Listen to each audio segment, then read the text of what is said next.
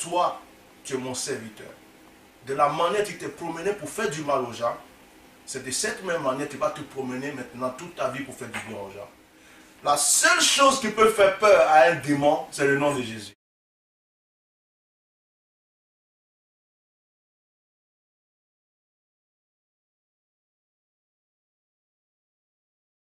Jésus a dit, vous chasserez les démons à mon nom.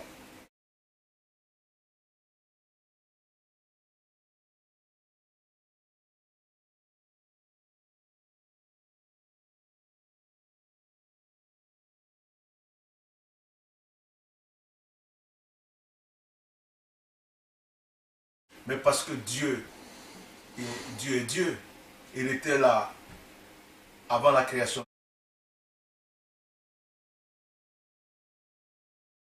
Donc, les démons là, les mauvais esprits, sous l'ordre de Satan, ils ont chacun leur rôle. Il y a des esprits qui sont spécialement là pour rendre malade. Il y a d'autres qui vont voir, écoutez, mais c'est des démons, c'est des esprits qui possèdent ces enfants. Si les parents savaient, il n'y a aucun médicament qui peut les soigner. Aucun traitement qui peut les soigner.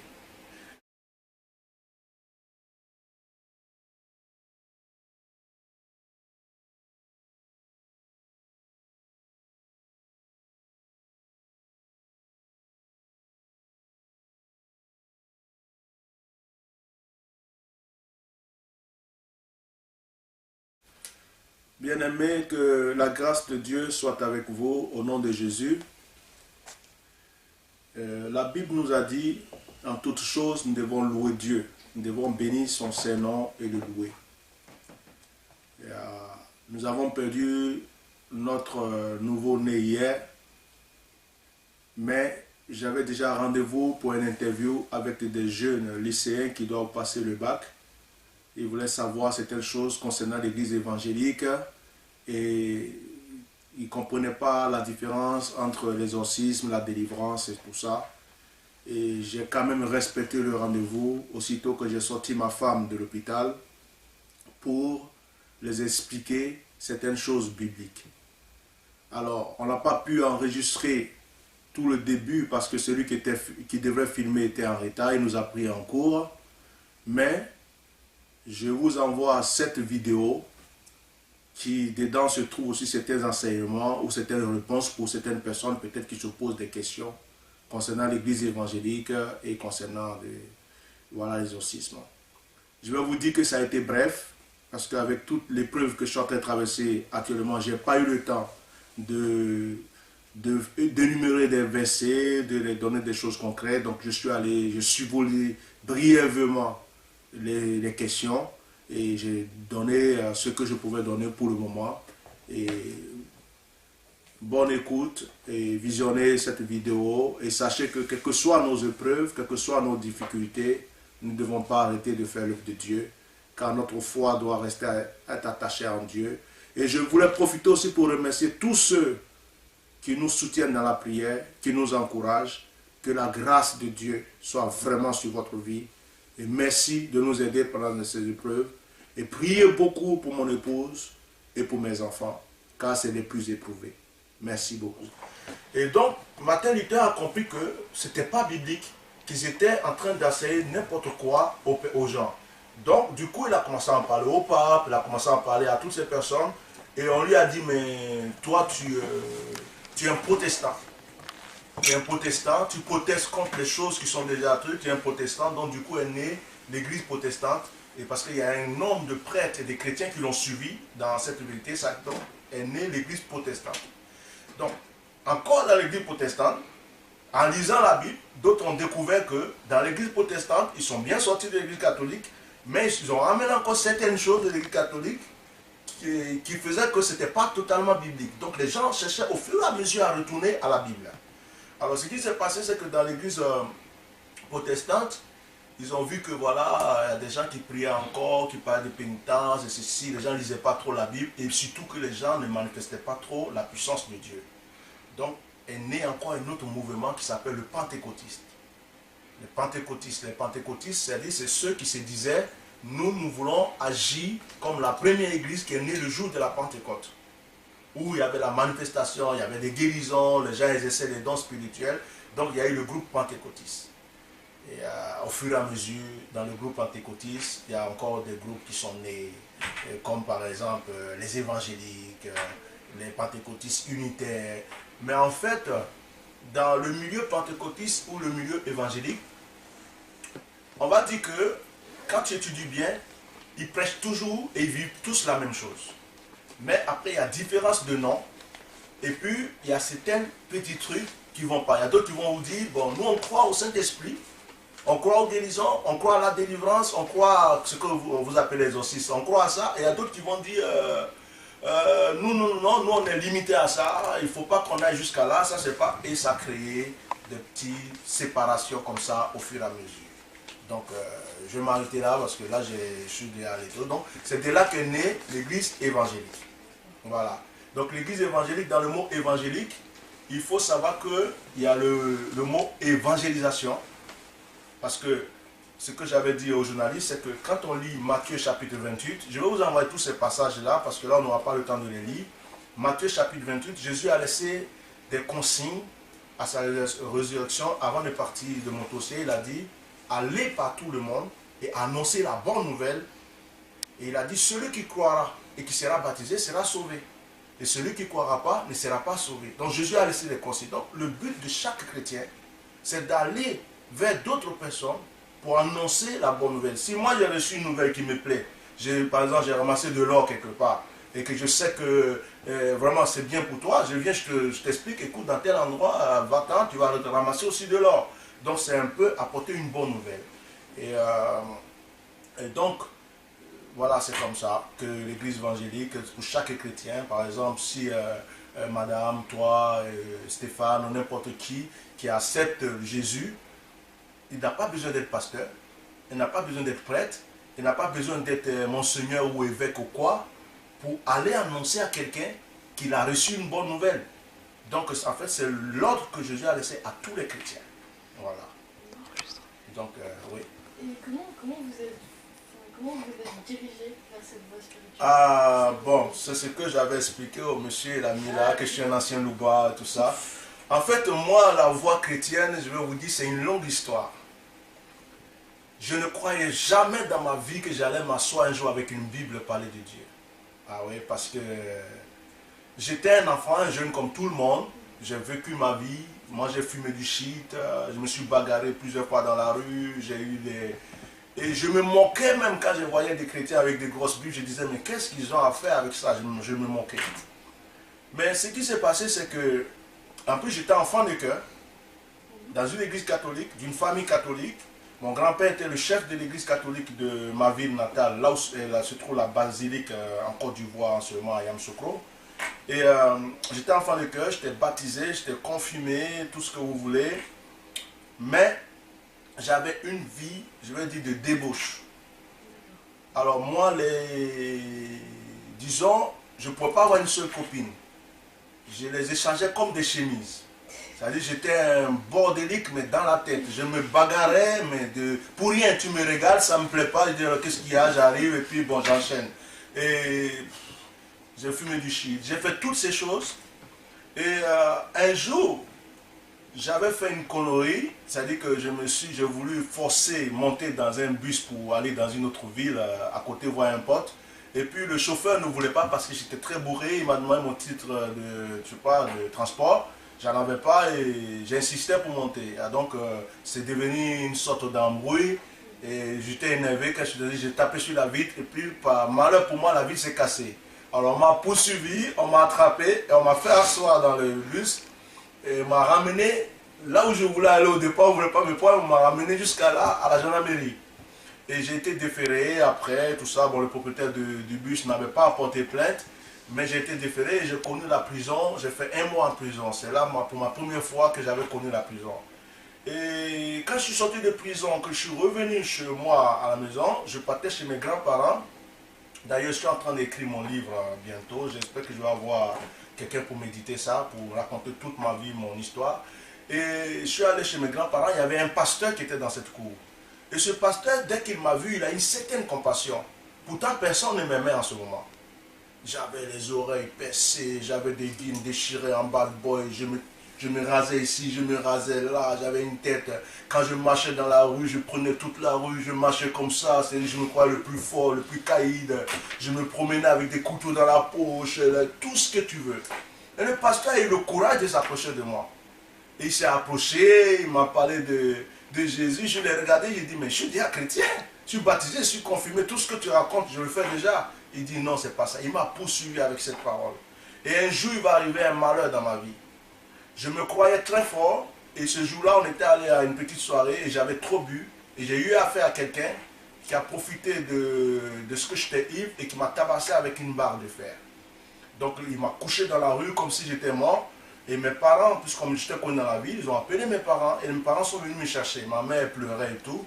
Ils sont allés, ils m'ont ramené à la maison, ils m'ont soigné. Je me suis retrouvé et j'avais à cœur d'aller me venger, chercher la personne, c'est qui. Et ma mère a trouvé la stratégie de me baratiner dans ma chambre et elle a fermé la porte. Et quand elle a fermé la porte, je me suis endormi parce que j'étais encore ivre. Et le lendemain, je vais sortir, la porte est fermée. Alors que ma mère était allée voir mon oncle qui était prêtre. Et mon oncle était prêt à dire, pour qu'il vienne prier pour moi, parce qu'elle a dit, c'est pas normal, ton neveu, ça doit être autre chose. Parce que c'est pas un homme normal, ne peut pas faire ce qu'il fait, quoi. Et ma mère trouvait que je devais être possédé, que c'est pas possible. Et donc, mon oncle dit à ma mère, je ne peux pas aller faire ce genre de prière, parce que pour nous, il faut passer du temps, il y a des préparations, il y a des trucs à faire. Et puis, mon oncle va indiquer à ma mère le pasteur qui habitait chez mon grand-père.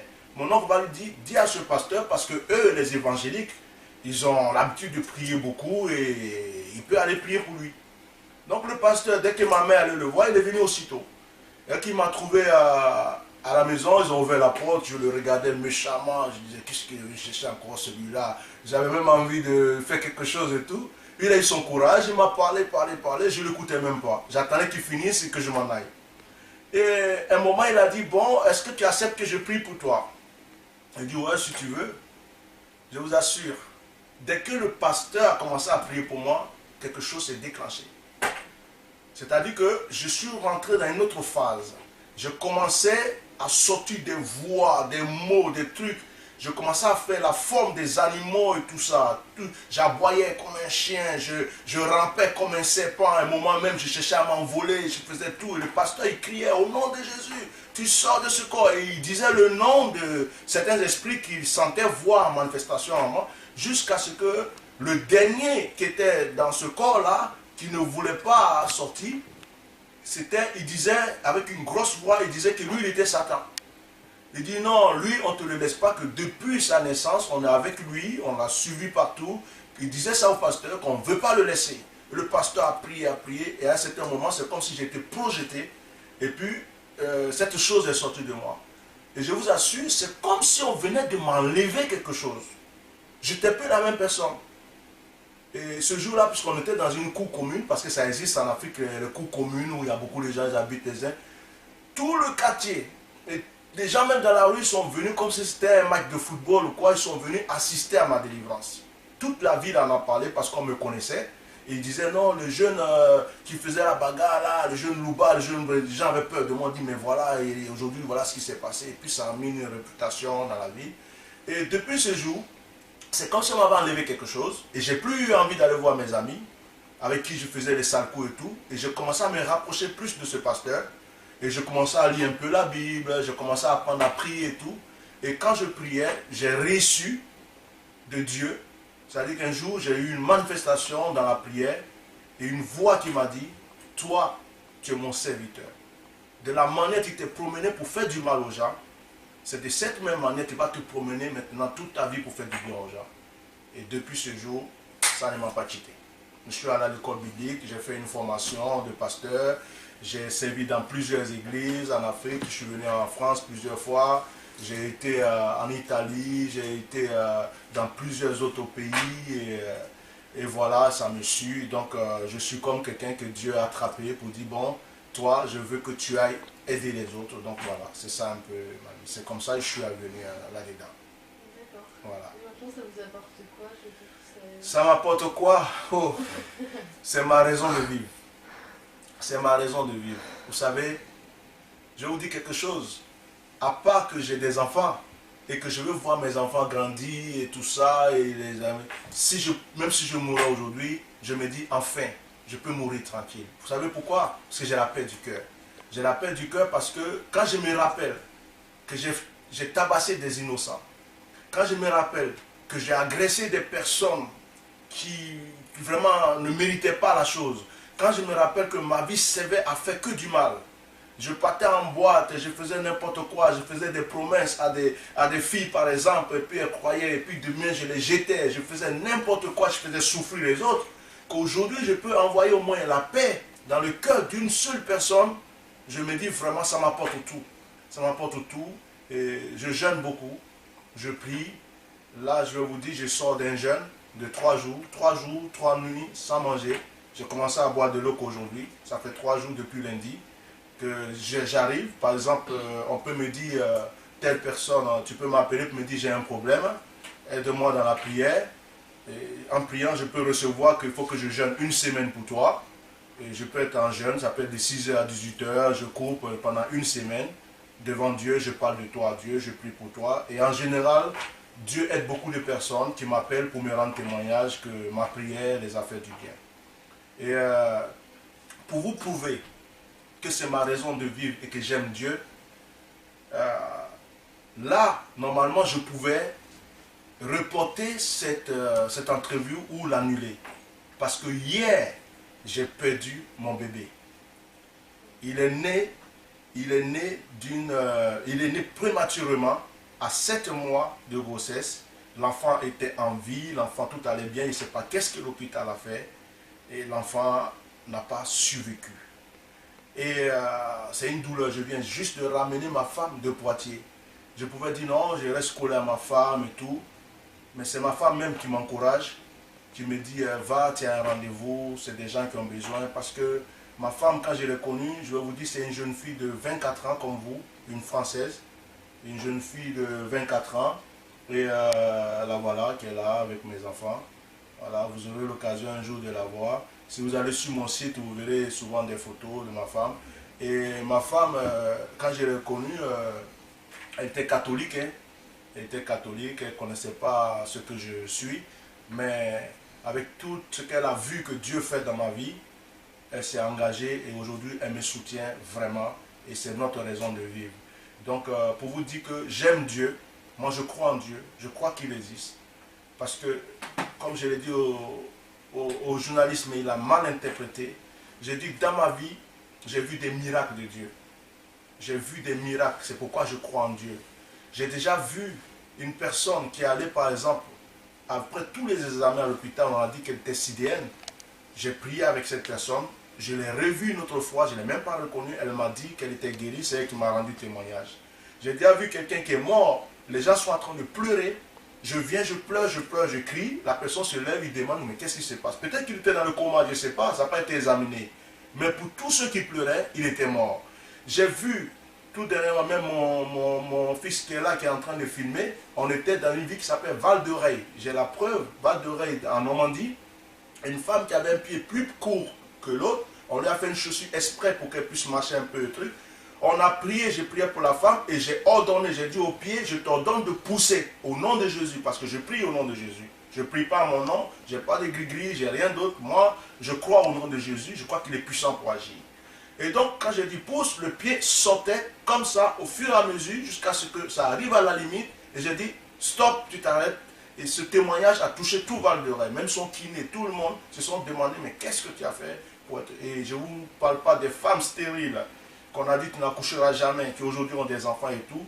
Je crois que Dieu existe et je crois que Dieu peut faire des miracles. Donc c'est ce que ça m'apporte et c'est ma foi dans cette parole, dans ce que je fais. Voilà. D'accord. Voilà. Et donc vous appelez pas ça un exorcisme, vous appelez plutôt ça une délivrance? Donc en fait, l'exorcisme c'est un mot français. Mais chez nous les chrétiens, on n'appelle pas ça exorcisme. Donc quand vous lisez par exemple la Bible dans Marc le chapitre 16, que je dis je n'aurai pas trop le temps de vous lire les passages, je vais vous envoyer tous ces détails. Dans Marc le chapitre 16, Je vais vous donner vraiment cette preuve-là avant de... Dans Marc chapitre 16, il est écrit, en mon nom, vous chasserez les démons. Voilà. Dans Marc chapitre 16, Jésus a dit, dans le verset 15, allez par tout le monde et prêchez la bonne nouvelle à toute la création. Papa, celui qui croira qui sera baptisé sera sauvé, celui qui ne croira pas ne sera pas sauvé. Bon, maintenant le verset 17 dit, voici les miracles qui accompagneront ceux qui auront cru. Ce n'est même pas les pasteurs. Ça veut dire que elle, toi, lui qui est là-bas, n'importe qui accepte Jésus, voici les miracles qui l'accompagnent. C'est-à-dire que ce n'est même pas histoire de je suis pasteur, je suis exorciste. Non. Quelqu'un qui accepte vraiment Jésus dans sa vie, qui accepte la parole de Dieu, est capable de ça. Il dit, voici les miracles qui accompagnent ceux qui auront cru. En premier, il dit, en mon nom, c'est le premier miracle. Ils chasseront les démons. Pourquoi ils chasseront les démons? Je vais vous expliquer. Ça veut dire quoi? Tout ce que nous voyons physiquement aujourd'hui commence dans le spirituel avant d'arriver dans le physique. Je donne un exemple. J'ai envie de fabriquer un portable. Il est déjà dans ma pensée. Je vais faire tout ce que j'ai à faire et puis un jour il va être matérialisé, le portable est là. Ça c'est un exemple comme ça que je donne. Ça veut dire quoi? Ça veut dire que quand on dit que Dieu a créé le monde, nous selon nous les chrétiens, Dieu a créé le monde. La Bible dit, Dieu créa le monde. Par sa parole, il a créé le monde. Mais le monde n'était pas fait. Il a fallu qu'il forme la terre, il forme le ciel, après qu'il crée l'homme. Mais Dieu créa le monde, Dieu créa les hommes par sa parole. C'était déjà spirituel. Donc, l'homme lui-même, ce n'est pas la peau qui est là. Moi, j'ai un bébé qui vient de mourir. Son corps est encore à l'hôpital. Mais dans ce corps ne se trouve plus l'âme de mon bébé. C'est juste un corps qu'on appelle la dépouille mortelle. C'est comme une enveloppe. Donc, ce qui veut dire que dans l'homme lui-même se trouve l'esprit. L'homme a un esprit, c'est ça, sa pensée, sa conscience et tout ça. Et il y a l'âme de l'homme. Quand l'âme de l'homme sort de l'homme, on dit c'est une dépouille mortelle, il ne vit plus.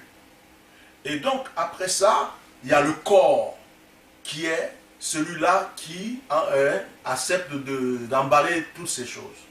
Alors, il y a aussi ce qu'on appelle les mauvais esprits. Je vous ai donné mon témoignage en disant que j'ai été tout ça. Il y a les mauvais esprits. Alors les mauvais esprits, ils peuvent aller dans n'importe quoi. Les mauvais esprits, c'est les anges déchus, parce que la Bible nous parle de la chute de Satan. Satan était un ange de lumière, il s'est rebellé contre Dieu, Dieu l'a précipité avec d'autres anges. Donc, les démons là, les mauvais esprits, sous l'ordre de Satan, ils ont chacun leur rôle. Il y a des esprits qui sont spécialement là pour rendre malade. Il y a d'autres qui vont voir. Écoutez, quand vous voyez quelqu'un par exemple qui vous dit à ses parents, je ne sais pas qu'est-ce qui m'arrive, je ne veux pas faire ce que je fais, mais je le fais. Moi j'ai déjà vu des enfants pleurer. Ah vraiment papa, maman, pardon, je ne sais pas comment je vais faire, j'arrive pas. Ils cherchent la solution et tout. L'enfant, pendant que tu lui donnes des conseils, il écoute, il veut bien, mais dès qu'il sort, quelque chose vient dans sa tête.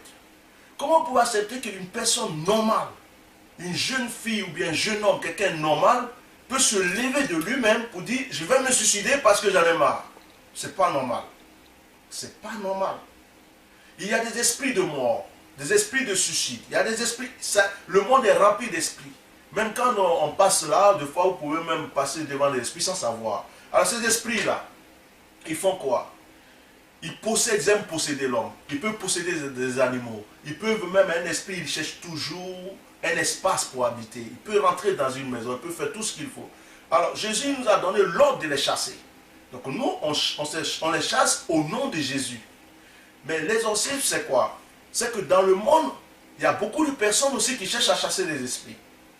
Dans presque toutes les religions, même dans l'islam, le catholicisme, chez les bouddhistes, chez n'importe qui, vous allez voir qu'ils ont un système à eux de vouloir chasser les mauvais esprits ou les mauvais sorts et pour appeler les sorts. Ils ont chacun leur système. Mais nous, les chrétiens, Jésus a dit, vous chasserez les démons à mon nom. Vous voyez? Et dans la Bible, on a vu que Jésus lui-même a chassé des démons. Et les démons, ce qui est grave, c'est que deux fois quelqu'un est malade, la médecine ne trouve pas la solution, ne trouve rien, parce que ce n'est même pas une maladie naturelle, c'est un esprit qui s'appelle par exemple esprit de cancer, qui est resté dans cette personne, et quand il chasse cet esprit, cette personne est guérie. C'est ça qui crée les miracles de guérison en fait. Il a un esprit. Bon, la médecine peut rien, on lui fait boire des médicaments, on lui fait boire des médicaments, ou bien esprit de folie. Mon fils Stéphane qui est en train de vous filmer là, il a que 26 ans maintenant à peu près. Je ne sais pas si j'ai 27 maintenant. 28. 28, ah bon. 28. Et Stéphane a déjà fait 10 fois l'hôpital psychiatrique. Quand je l'ai connu, c'était à Daxa. Dans un magasin, je suis allé acheter des chaussures, je l'ai vu, je me suis approché de lui. Parce que quand on me traite de voyant, je ne suis pas un voyant. La Bible dit, on appelle ça le don de parole de connaissance. Je peux ressentir des choses. Et donc, je me suis approché, j'ai dit, mais toi, vraiment, il va falloir que je prie pour toi, mais je sais que ça va aller, tu auras un avenir. Mais je ne connaissais même pas son passé, je ne le connaissais pas avant. Et il a pris mon contact, et puis un jour, il m'a appelé. En fait, il venait de sortir encore de l'hôpital psychiatrique. Donc, il a voulu savoir certaines choses, jusqu'à ce que je l'aide et je prie pour lui. Mais si vous avez vu Stéphane avant, il a ses photos d'avant, si vous avez vu, ce n'est pas la même personne qui est assis là. Il était gros, bien gros. Il était le mec qui prenait les cachets, mais tout un petit temps. Il bavait. Dans la rue, tu le vois, tu changes de route. Et c'est lui là, le beau garçon, qui est là maintenant, blond aux yeux bleus. Voilà. Donc c'est la prière qui l'a rendu comme ça. Et donc nous, on chasse les démons. Mais on ne fait pas l'exorcisme. Parce que Jésus nous a donné un pouvoir. Et ce pouvoir, c'est quoi? C'est le nom de Jésus lui-même. Moi, j'ai quelqu'un qui est malade, ou quelqu'un qui est possédé, qui a des problèmes et tout, je viens, ou même une maison qui est hantée, où on dit, on ne peut pas dormir ici. Je viens, pas à mon pouvoir, pas à mon nom. Mais j'arrive et je dis, au nom de Jésus que moi je sers, sortez d'ici, vous les esprits qui fatiguez telle personne qui fait ceci. Et ils n'ont pas le choix que de partir parce qu'ils ont peur du nom de Jésus. La seule chose qui peut faire peur à un démon, c'est le nom de Jésus. Il y a des gens qui vont par exemple chez des exorcistes, ça existe. On dit prends une bougie, prends ceci, de l'eau, ceci, c'est n'importe quoi. C'est n'importe quoi, ça ne peut pas faire aller un démon. C'est comme si le démon il joue avec. Alors l'exorcisme aussi, on a tellement fait des films là-dessus, l'exorcisme. Il y a certaines choses qui sont réelles, mais il y a certaines choses qui sont rajoutées. C'est pas tout qui est... Et aujourd'hui, ça fait peur aux gens. Quand on parle d'exorcisme, on croit que c'est un monsieur qui dort avec des esprits, qui ceci, cela. Moi, je suis naturel, hein. J'ai 4 enfants. Vous voyez, mon fils, c'est... Ma femme, j'ai une vie normale. Regardez, je ne suis pas venu en costume. Je suis comme vous me voyez dans la rue. Je ne sais même pas si je suis pasteur ou pas. Et là, bon, je suis un peu chaud, je ne me suis pas encore coiffé. Donc là, c'est... Mais à part ça, je suis normal. Mais quand la puissance de Dieu vient en moi pour m'utiliser, Dieu fait ce qu'il a prévu. Et il m'a donné l'autorité au nom de Jésus et c'est ce que je fais. Voilà. Donc, je ne sais pas si je réponds bien à vos questions, mais voilà. Donc, l'exorcisme, c'est un mot français. Mais chez les chrétiens, on appelle ça la délivrance. C'est délivrer quelqu'un. Pour vous, c'est la même chose que ça reste... Ça ne peut pas être la même chose. Ça peut pas, c'est-à-dire que si dans le sens où on nous dit exorcisme, nous chrétiens, mais qu'on reste dans notre sens en sachant que nous, on chasse les démons que au nom de Jésus, je peux dire c'est la même chose. Mais à partir du moment où on va nous considérer comme certaines personnes qui prennent une croix, des bougies, des encens, des trucs comme ça, ça sort du cadre chrétien. Ce n'est plus chrétien. Ça devient autre chose. Dans la Bible, dans l'Ancien Testament, il y a un roi qui s'appelait Saül. Et la Bible dit qu'il était possédé de mauvais esprits. Et il y avait un autre roi qui s'appelait David, le jeune qui allait être roi plus tard. David avait l'esprit de Dieu en lui. Et quand Saül était tourmenté par les démons, David venait et il jouait à la harpe. Il jouait de la musique. Et la Bible dit que la musique qu'il jouait calmait les esprits. Vous voyez un peu les esprits? La musique les calmait. Il y a des esprits qui aiment la musique.